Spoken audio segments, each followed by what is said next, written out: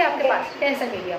तो जब लाइट रे ट्रेवल करती है एक मीडियम से दूसरे मीडियम में, मैंने क्या करा, रेयर मीडियम से ऊपर से लाइट फॉल करवाई और इसके अंदर से लाइट क्या हुई, रिफ्लेक्ट करके वापस आई नीचे, ठीक है। इट मीन्स इसके अंदर जो आपका जो रिफ्लेक्शन है वो कहाँ हो रहा है, एक मीडियम से दूसरे मीडियम में जा रहा है, ये नहीं कि इससे टकरा के वापस चला गया, ऐसा तो नहीं है ना, ठीक है। तो इस तरह के जो ट्रैवलिंग होती है रेस की, उसको क्या बोलते हैं बेटा, रिफ्लेक्शन ऑफ लाइट बोलते हैं। क्या बोलते हैं उसको, रिफ्लेक्शन ऑफ लाइट। कि जब लाइट रे ट्रेवल करती है एक मीडियम से अनदर मीडियम में, ठीक है, और फिर वो क्या होती है, रिफ्लेक्ट बैक हो जाती है और इसकी डायरेक्शन क्या होती है, चेंज हो जाती है, then that is known as your what, reflection of light. क्या बोलते हैं इसको हम, reflection of light. For example जैसे यहाँ पे दिखा रखा आपको फिगर में, ये आपका क्या है, दो मीडियम है, ऊपर वाला पार्ट एयर है, नीचे वाला पार्ट क्या है आपका, कोई भी ग्लास, कोई भी मीडियम ले सकते हैं जो डेंसर मीडियम है। तो ये हमने ले लिया dense medium, denser medium, and the upper part is known as your rare medium, rare medium. अब आपने क्या करवाया, लाइट को इंसिडेंट करवाया इसके ऊपर, लाइट को इंसिडेंट करवाया, ठीक है, रेयर मीडियम से पास आउट हो रहा है। इस लाइट को हम क्या बोलेंगे, this ray is known as your incident ray. जिसको फॉल करवाते हैं इसको क्या बोलते हैं हम, इंसिडेंट रे, ठीक है। ये क्या है, व्हाट इज दिस रे कॉल्ड, इस रे को क्या बोलते हैं हम, इस लाइन को जो नॉर्मल, वेरी गुड, ठीक है, इसको क्या बोलते हैं बेटा, नॉर्मल। अब ये नॉर्मल, इसके साथ ये क्या, कौन सा एंगल बनाएगा, एंगल ऑफ इंसिडेंस बनाएगा, दैट इज आई, ठीक है। ये हो गया इंसिडेंट रे, ये हो गया नॉर्मल, और इसने क्या बनाया, इसके साथ एंगल ऑफ इंसिडेंस बना दिया। अब क्या हुआ, आपने क्लास 10 में पढ़ा होगा, अगर लाइट रे हमारी रेयर से डेंसर मीडियम में जाती है तो वो क्या करती है, बेंड कर जाती है, किसकी तरफ, किसकी तरफ बेंड करती है, towards the normal, yes very good, towards the normal. और अगर वो डेंसर से रेयर मीडियम में जाती है तो वो क्या करती है, bend away from the normal, away from the normal, ठीक है।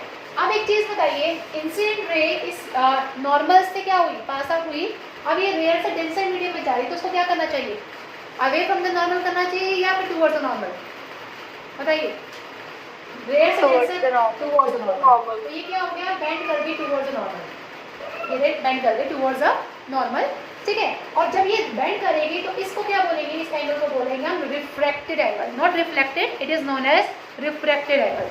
जानी चाहिए थी ये रेस कुछ इस तरह से, लेकिन वो पहुंच कैसे गई, बेंड हो गई टुवर्ड्स द नॉर्मल।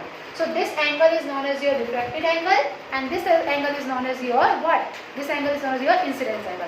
अब हम क्या करते हैं, इसका रिफ्रैक्टिव इंडेक्स मानते हैं η1, इसका रिफ्रैक्टिव इंडेक्स मानते हैं η2। ये तो आपने पढ़ा था कि रिफ्रैक्टिव इंडेक्स को हम η1 या तो म्यू से कंसिडर कर लेते हो या फिर n से कंसिडर कर लेते हो, वो आपकी मर्जी है, ठीक है। तो ये तो था रिफ्लेक्शन ऑफ लाइट के बारे में। अब कितने लॉज होते हैं रिफ्लेक्शन के, हमने पढ़ रखा है 2 लॉज होते हैं रिफ्लेक्शन के। जैसे रिफ्लेक्शन में 2 लॉज होते थे, वैसे रिफ्लेक्शन में भी आपके क्या है, 2 लॉज हैं, ठीक है। रिफ्लेक्शन के पार्ट में हमारे पास फर्स्ट लॉ होता था कि angle of incidence is always equal to angle of reflection. क्या यहाँ पर angle of incidence angle of reflection के इक्वल है, क्या यहाँ पर क्यों नहीं है, क्योंकि क्या हो गया, या तो बेंड कर देगा टुवर्ड्स द नॉर्मल या फिर अवे फ्रॉम द नॉर्मल, है ना, सेम एंगल से तो बेंड करेगा ही नहीं। तो उस केस में अगर वो टुवर्ड्स द नॉर्मल बेंड कर रहा है तो उस केस में एंगल आई एंगल आर से क्या होगा, मैक्सिमम होगा। अगर टुवर्ड्स द नॉर्मल बेंड करा, देख सकते हैं एंगल आई एंगल आर से क्या है, मैक्सिमम है।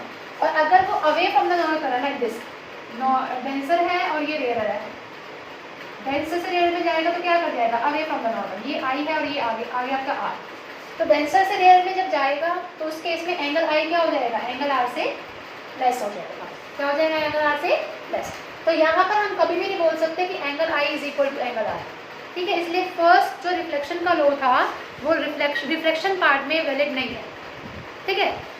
अब देखिए what is the first law in that case, कि आपकी इंसिडेंट रे, रिफ्रैक्टेड रे और जो ये नॉर्मल रे है, क्या वो तीनों की तीनों सेम प्लेन पर लाई कर रही है, बताइए। इंसिडेंट रे, नॉर्मल रे और रिफ्रैक्टेड रे क्या तीनों की तीनों सेम प्लेन पर लाई कर रही है, सुनो, प्लेन ये है आपका, ठीक है। मैंने अभी बताया ना आपको, यहाँ से जब लाइट को पास करवाएंगे तो इंसिडेंट रे यहाँ से आएगी, इंसिडेंट है, नॉर्मल आपकी भी इस पे लाई करेगी और रिफ्लेक्शन भी कहाँ से जाएगी, इसी पास से तो जाएगी नीचे की डायरेक्शन में। तो प्लेन तो आपका क्या है, सेम नहीं है, ठीक है, तो यही चीज ने बोली है कि incident ray, normal ray and the refracted ray all lie in the same plane. तो आपका जो फर्स्ट लॉ होता है, लॉ आपका क्या है, फर्स्ट लॉ कि इंसिडेंट, रिफ्रैक्टेड एंड नॉर्मल रे all lie in the same plane, all lie in same plane। बताइए बेटा, फर्स्ट लॉ में किसी को कोई problem in the first law? Any problem in the first law? No. Okay, देखिए उसके बाद जो सेकेंड लॉ आता है वो क्या है, स्नेल्स लॉ सभी ने पढ़ा था क्लास 10th में, ठीक है। इसने क्या बोला था स्नेल्स लॉ ने कि sine of angle of incidence to the sine of angle of refraction हमेशा किसके इक्वल होता है, कांस्टेंट के इक्वल होता है। This is known as your Snell's law. ये क्या है आपका स्नेल्स लॉ है। स्नेल्स ने क्या बताया था कि अगर हम sine of angle of incidence लें और sine of angle of refraction का रेशियो करें तो वो हमेशा कांस्टेंट आएगा, और वो कांस्टेंट हम क्या लेके चलेंगे, that is known as your refractive index. क्या लेके चलते हैं उसको, रिफ्रैक्टिव इंडेक्स, ठीक है। रिफ्रैक्टिव इंडेक्स को आप या तो ईटा 21 से कंसीडर कर लीजिए या फिर ईटा 12 से कंसीडर कर लीजिए। वो डिपेंड करेगा कंडीशन के ऊपर कि आपकी जो रेज है वो सेकंड से फर्स्ट में जा रही है या फर्स्ट से सेकंड में जा रही है, वो उसके ऊपर डिपेंड करता है। ईटा 21 का मतलब होता है refractive index of second medium with respect to first medium, और ईटा 12 का मतलब क्या होता है कि refractive index of first medium due to second medium, ठीक है। और इस ईटा की वैल्यू डिफरेंट होती है डिफरेंट मीडियम के लिए। अगर आपको याद हो तो क्लास 10th में भी हम करा करते थे कि एयर के लिए जो रिफ्रैक्टिव इंडेक्स होता है वो हमेशा 1 के इक्वल होता है। किसके इक्वल होता है, 1 के इक्वल। वाटर के लिए हमेशा रिफ्रैक्टिव इंडेक्स होता है 1.33 के इक्वल।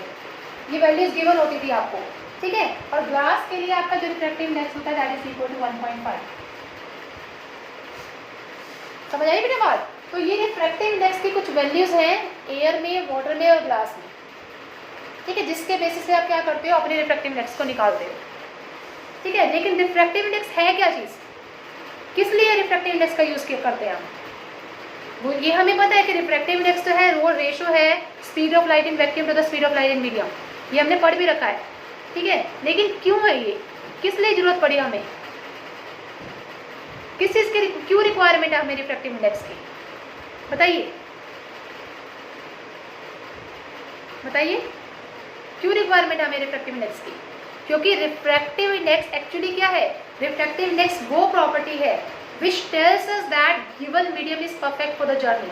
वो हमें ये बताता है कि जो मीडियम आपको दिया गया है वो परफेक्ट है आपकी जर्नी के लिए या फिर रेस की जर्नी के लिए, या और या हम बोल सकते हैं it is perfect for the motion of the race की मोशन के लिए या फिर रेस की जर्नी के लिए क्या है, परफेक्ट आपको मीडियम दिया गया है। वो हमें कौन बताता है, रिफ्रैक्टिव इंडेक्स बताता है। इसी वजह से हम रिफ्रैक्टिव इंडेक्स का यूज़ करते हैं दो बात के लिए, एक speed of light in vacuum और एक speed of light in medium. तो रिफ्रैक्टिव इंडेक्स को अगर आपको डिफाइन करना है तो रिफ्रैक्टिव इंडेक्स को डिफाइन कैसे किया जाता है बेटा, रिफ्रैक्टिव इंडेक्स को डिफाइन करने के लिए आपके पास फॉर्मूला होता है n is equal to speed of light in vacuum और air to the speed of light in medium.